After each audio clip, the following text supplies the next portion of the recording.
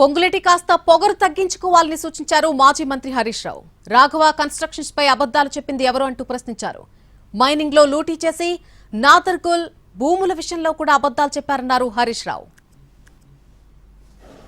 Mining మంత్రి గారు ఏం చెప్పిండ్రు అదే అసెంబ్లీలో, లేదా కరెంటు మీటర్ల షార్టేజ్ ఉండే అందువల్ల డీజిల్ జనరేటర్ మీద నడుపుకున్నాడు రాఘవ కన్స్ట్రక్షన్ అని మైనింగ్ మంత్రి చెప్పాడు.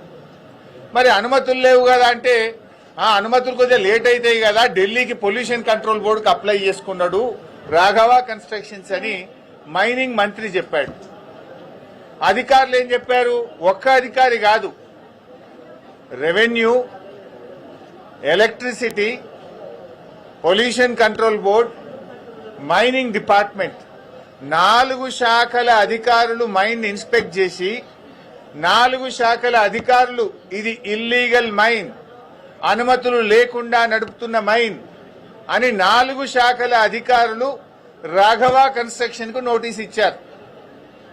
అంటే ఇప్పుడు 4 శాఖల అధికారులు చెప్పింది తప్ప, పొంగులేటి చెప్పింది తప్ప, ముఖ్యమంత్రి గారు నిండు అసెంబ్లీలో చెప్పింది తప్ప, ఈ బాంబులేటి చెప్పింది తప్ప, మైనింగ్ మంత్రి చెప్పింది తప్ప, ఈ పొగరులేటి చెప్పింది తప్ప. ఇవాళ ఆయన సమాధానం చెప్పాలి. శాసనసభలో ముఖ్యమంత్రి, మైనింగ్ మంత్రి ఇద్దరు చెప్పారు ఇది రాఘవకు సంబంధించిందే, మా అధికారులే గుర్తుపట్టారు, రాఘవ మీద కేసులు పెట్టాము, రాఘవ దగ్గర డబ్బులు వసూలు చేసినామని నీ ముఖ్యమంత్రి, నీ మైనింగ్ మంత్రి, నీ సహచరులే చెప్పారు.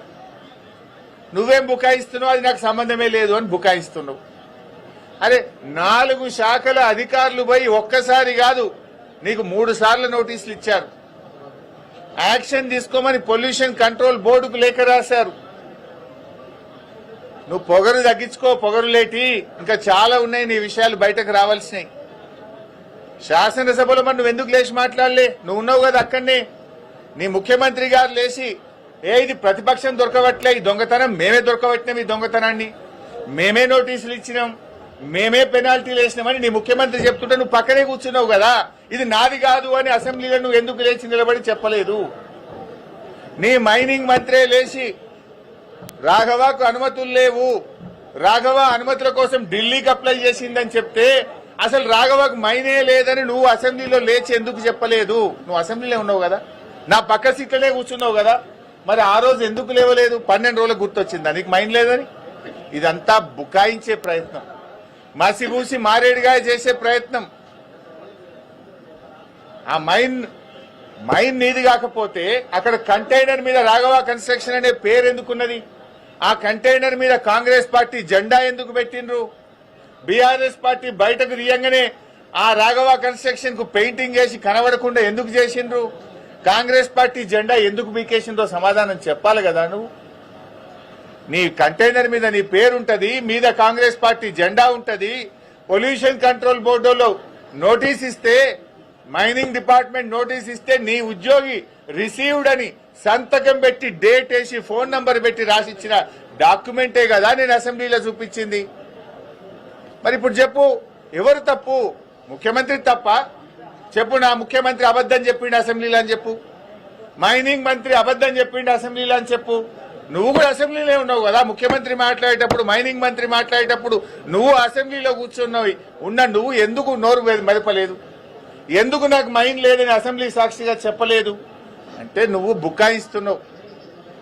ఈ బాంబులేటి అబద్దాలు చెప్తున్నాడు. నువ్వు ఆ మైనింగ్ లో పొంగు లూటీ చేసినావు అనేటువంటిది ఇలా రాష్ట్ర ప్రజలకు అర్థమైంది. నువ్వు ఆ రోజే చెప్పాలి కదా.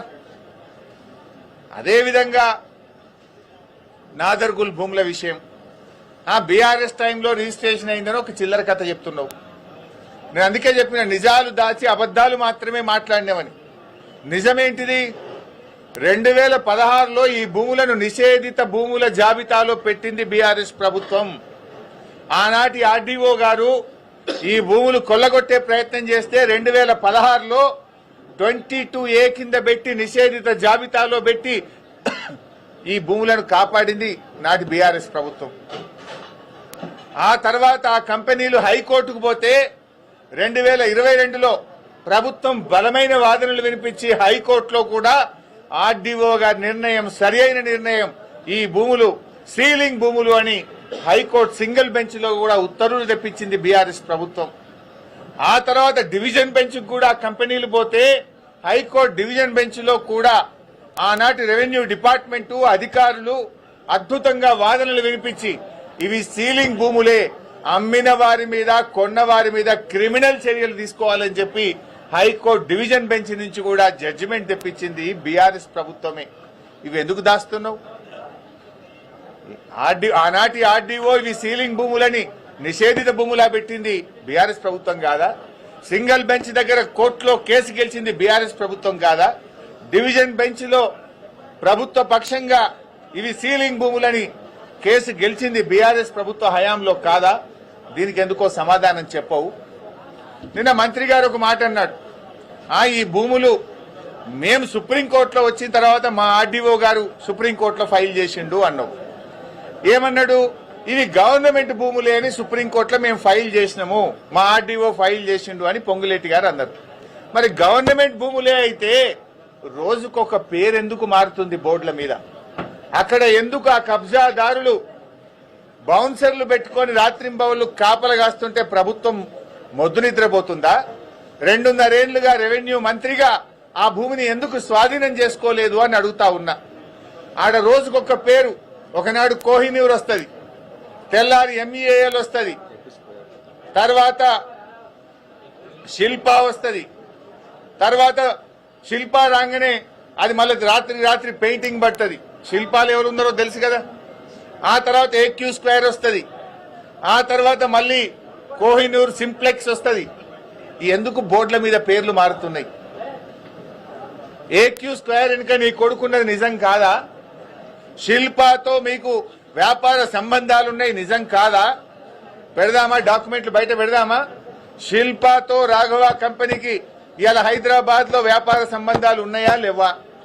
ఏక్యూ స్క్వేర్ లో మీ కొడుకు భాగస్వామ్యా కాదా? నేను సింపుల్ ఒక మాట అంటున్నా, నువ్వే అంటున్నావు ఇది ప్రభుత్వ భూమి, మేము సుప్రీంకోర్టులో వేసినాము, మా ఆర్డీఓ వేసిండు అన్నావు. ప్రభుత్వ భూమి అయితే నీ హైడ్రా గడివిక్తుందా? ప్రభుత్వ భూములు కాపాడడానికి, చెరువులు కాపాడడానికే కదా హైడ్రా. వెళ్ళండి, నేను మంత్రి గారిని కోరుతున్న, నిజాయితీ ఉంటే, చిత్తశుద్ధి ఉంటే తక్షణమే ఆ కాంపౌండ్ వాళ్ళు తొలగించండి, బౌన్సర్లను, ఆ ఆక్రమణదారులపై క్రిమినల్ కేసులు పెట్టండి, అరెస్ట్ చేయండి, ఆ భూమిని ప్రభుత్వం స్వాధీనం చేసుకోండి, ఆ భూమిలో సాగు చేసుకున్న రైతులకు ఎంట్రీ ఇవ్వండి. 2.5 ఏళ్లుగా రెవెన్యూ మంత్రిగా మరి నువ్వేం చేస్తున్నావు? ప్రభుత్వ భూమి అని నిన్న చెప్పినావు కదా. If it is government land, why government is not taking action? As per the land ceiling act, RDO is the custodian of the sealing lands. Then what is that RDO is doing? What is that Hydra is doing? పేదోళ్ళ ఇండ్ల మీదకి శనివారం ఆదివారం పై రాత్రికి రాత్రే కూలుస్తారు. High court స్టేలున్నా కూల్చే Hydraa ఇక్కడ a stay లేదు. In fact high court order ఉంది, ఇది గవర్నమెంట్ ల్యాండ్, ఇది సీలింగ్ ల్యాండ్ అని హైకోర్టు ఆర్డర్ ఉన్నా కూడా హైడ్రా ఎందుకు కళ్ళు మూసుకున్నది? హైడ్రా ఎందుకు యాక్షన్ తీసుకోవడం లేదు? దీనికి సమాధానం ఎందుకో చెప్పడు మంత్రి గారు. మంత్రి గారు, నువ్వు ఇదివరకు ఒకసారి బాంబులు పట్టే అని చెప్పి ఏడాది అర్థమైంది, నీ బాంబులన్నీ తుస్సు బాంబులే అయిపోయినాయి. నీ మాటలు విన్నాక రాష్ట్ర ప్రజలకు పొంగులేటి పొగరు దగ్గలేదు, నువ్వు పొగరులేటివి అనే విషయం స్పష్టంగా అర్థమైంది. నీ లూటీ మైనింగ్ లో నువ్వు పొంగు లూటివి అనే విషయం కూడా రాష్ట్ర ప్రజలకు స్పష్టంగా అర్థమైంది.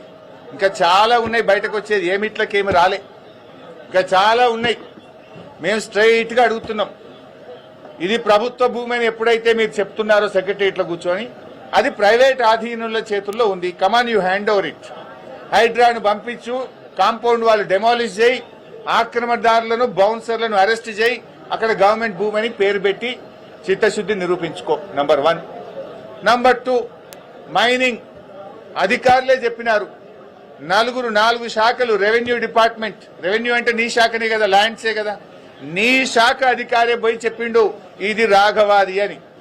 Revenue, electricity, mining, pollution control board, 4 శాఖల అధికారులు పోయి ఇది రాఘవ అక్రమ మైనింగ్ అని నీకు నోటీస్ ఇచ్చిండు. ఆ 4 శాఖల మీద యాక్షన్ తీసుకో. మరి వాళ్ళ తప్ప నీ తప్ప తేలాలి కదా. మరి లేదు, నీ ముఖ్యమంత్రి, నీ మైనింగ్ మంత్రి, నీ సహచర మంత్రి చెప్పిండు కదా ఇది రాఘవది, మేమే దొరకబట్టినాం, మేమే పెనాల్టీ చేసినాం, దొంగను దొరకబట్టినాం, పైసలు వసూలు చేసినామని నీ ముఖ్యమంత్రి చెప్పిండు. మరి ముఖ్యమంత్రి చేత చెప్పి ముఖ్యమంత్రి అసెంబ్లీలో అబద్ధం ఆడిందని చెప్పి మరి మైనింగ్ మంత్రితో చెప్పి ఆయన అబద్ధం ఆడిందని చెప్పు. లేదు, నువ్వు క్షమాపణ చెప్పు ఫస్ట్. ముఖ్యమంత్రి మైనింగ్ మంత్రి అసెంబ్లీలో లేచి రాఘవాకు మీటర్లు దొరకలే కనుక డీజిల్ జనరేటర్ మీద నడిపిండు, అనుమతుల కోసం ఢిల్లీకి అప్లై చేసుకున్నాడు. రాఘవాకు మన పొంగులేటికి సంబంధమే